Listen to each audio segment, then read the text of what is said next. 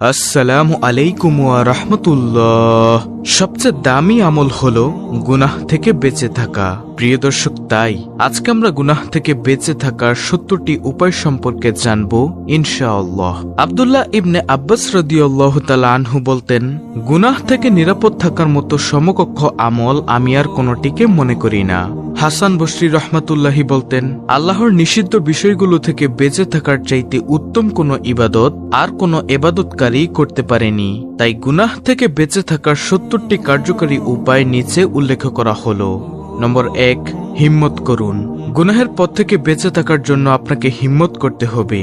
আল্লাহর উপর ভরসা করে এই আত্মবিশ্বাস রাখতে হবে যে ইনশাআল্লাহ আমি পারবো। আমার রবের সন্তুষ্টির জন্য দুনিয়ার এই চাকচিক্য থেকে নিজেকে রক্ষা করতে পারবো। এইভাবে প্রত্যয়ী হবেন, তাহলে বেঁচে থাকাটা সহজ হবে ইনশাআল্লাহ। 2, নিয়ত করুন। নিয়ত করুন যে গুনাহের সুযোগ পেলেও গুনাহ করবেন না। 3, কোনো গুনাহকে ছোট দেখবেন না, সব সময় গুনাহকে বড় পাপ মনে করবেন। 4, দোয়া করুন।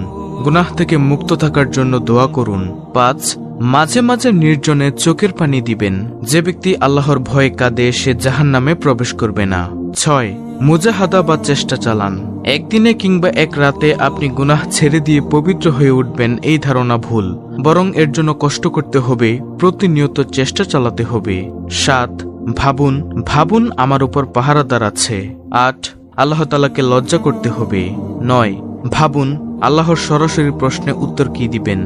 10, সবসময় সর্বাবস্থায় আল্লাহ আমার সঙ্গে আছেন এই কল্পনা ধরে রাখার চেষ্টা করুন। 11, নিজেকে নিজে বলুন আল্লাহকে ভয় করো। গুনাহের পরিণতি নিয়ে ভাবুন, গুনাহ ত্যাগ করার উপকারিতা নিয়ে ভাবুন।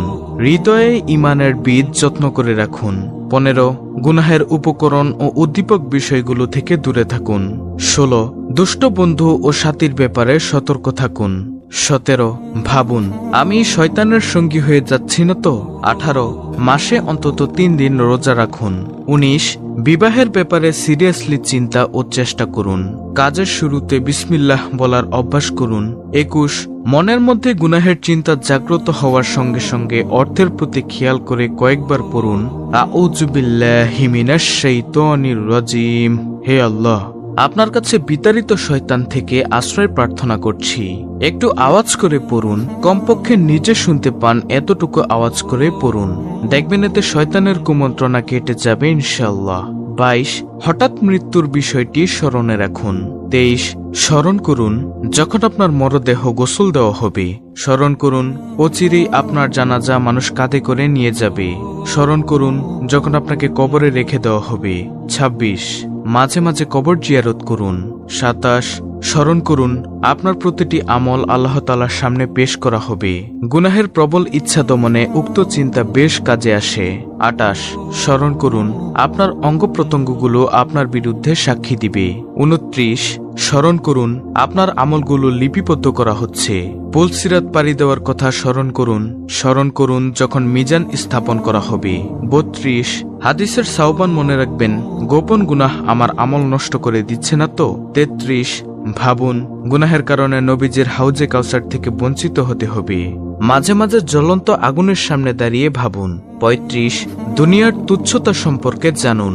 আল্লাহ তাআলা বলেন, পার্থিব জীবন প্রতারণার উপকরণ ছাড়া কিছুই নয়। সূরা হাদীদ আয়াত নম্বর 20। ভাবুন আল্লাহ আমাকে দেখছেন।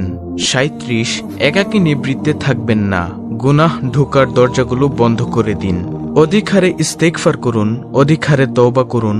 ঘুমানোর সময় ইসলামী আদবগুলো মেনে চলুন, বিশেষ করে অজু করে এবং আয়াতুল কুরসি পড়ে ঘুমাবেন। 42, বেশি করে আল্লাহর জিকির করুন, কেননা জিকির শয়তান থেকে আত্মরক্ষার শক্তিশালী দুর্গ। রাস্তাঘাটে চলাফেরা করার সময় জিকিরের গুরুত্ব দিন। 44, সময়ের মূল্য দিন। মুফতি তাকি উসমানী বলেন, সময়কে গুনাহের মধ্য দিয়ে কাটানোর ব্যাপারে আল্লাহকে ভয় করো, কখনো অবসর সময় কাটাবেন না। যখনই নির্জনে থাকবে, অবসর থাকবে, তখনই নিজেকে কোনো কাজে ব্যস্ত করে নিবে। কাজটি দুনিয়ার বৈধ কাজ হলেও অসুবিধা নেই, তবুও আল্লাহর নাফরমানির ভিতর সময় নষ্ট করো না। 45, আল ওয়ালা বারা ঠিক রাখুন, অর্থাৎ বন্ধুত্ব ও শত্রুতা উভয়টি আল্লাহর জন্য। 46, ইলম শিখুন। 47, প্রতিদিন সকালে মনের সঙ্গে অঙ্গীকার করুন, অর্থাৎ সকালে ঘুম থেকে জেগে নফসের কাছে এ মর্মে অঙ্গীকার নিবে যে আজ সকাল থেকে সন্ধ্যা পর্যন্ত কোনো গুনাহ করব না। আমার দায়িত্বে যত ফরজ, ওয়াজিব এবং সুন্নত আছে সব ঠিকঠাক মতো আদায় করব। আমার উপর আল্লাহর যত হক আছে, বান্দার হক আছে, সব পুরোপুরি আদায় করব। হে নফস, মনে রেখো, ভুলক্রমে অঙ্গীকারের বিপরীতে কোনো কাজ করলে তোমাকে শাস্তি ভোগ করতে হবে। 48, নফসকে শাস্তি দিন। তওবার সাথে সাথে নফসকে একটু শাস্তিও দিন। যেমন নফসকে বলুন, তুমি প্রতিজ্ঞার খেলাফ করেছ, সুতরাং শাস্তি স্বরূপ তোমাকে 8 রাকাত নফল সালাত আদায় করতে হবে। 49, পুরো দিন নিজের আমলের মুরাকাবা করুন। শোয়ার আগে যাবতীয় কাজের হিসাব নিন, পরকালের মুরাকাবা করুন, অর্থাৎ প্রতিদিন চোখ বন্ধ করে এই কথার ধ্যান করুন যে এই দুনিয়ায় আমি চিরকাল থাকতে আসিনি। 52, অঙ্গ প্রত্যঙ্গের হিসাব নিন। মাঝে মাঝে চোখ বন্ধ করে নিজের অঙ্গ প্রত্যঙ্গের হিসাব নিন। 53, ভাবুন আল্লাহ আপনাকে সৃষ্টি করেছেন কেন, কেন আপনি এখনো জীবিত? পাপাচারের মাঝে ডুবে থাকার জন্য? 54, মনে রাখবেন আল্লাহ ছাড় দেন কিন্তু ছেড়ে দেন না। ইসলামের সৌন্দর্য, সৌহার্দ্য ও সম্প্রীতি সম্পর্কে জানুন, দৃষ্টি সংযত রাখুন। এই কল্পনা ধরে রাখুন, আল্লাহ তাআলা বলেন, নিশ্চয়ই আল্লাহ তোমাদেরকে নির্দেশ দিচ্ছেন আমানত তার হকদারকে দিয়ে দিতে। সূরা নিসা আয়াত নম্বর 58। নম্বর 58, আল্লাহর নিয়মের কথা ভাবুন। নিজেকে বোঝান যে আল্লাহর একটা নিয়ম আছে। কেউ যখন কোনো গুনাহের কাজ শুরু করে তখন আল্লাহ তার সঙ্গে ধৈর্য আচরণ করেন। এতেও যদি বান্দা পিছু না হাঁটে তাহলে তার সঙ্গে তিনি কিছুদিন যাবৎ দোষ ত্রুটি ঢেকে রাখার আচরণ করতে থাকেন। এরপরও ফিরে না আসলে আল্লাহ তাকে সাজা দেওয়ার ইচ্ছা করেন। 59, স্ত্রীকে সন্তুষ্ট রাখুন। নিজের নফসের সাথে বিতর্ক করুন। পরিবেশ পাল্টান, গুনাহের পরিবেশ থেকে দূরে থাকুন।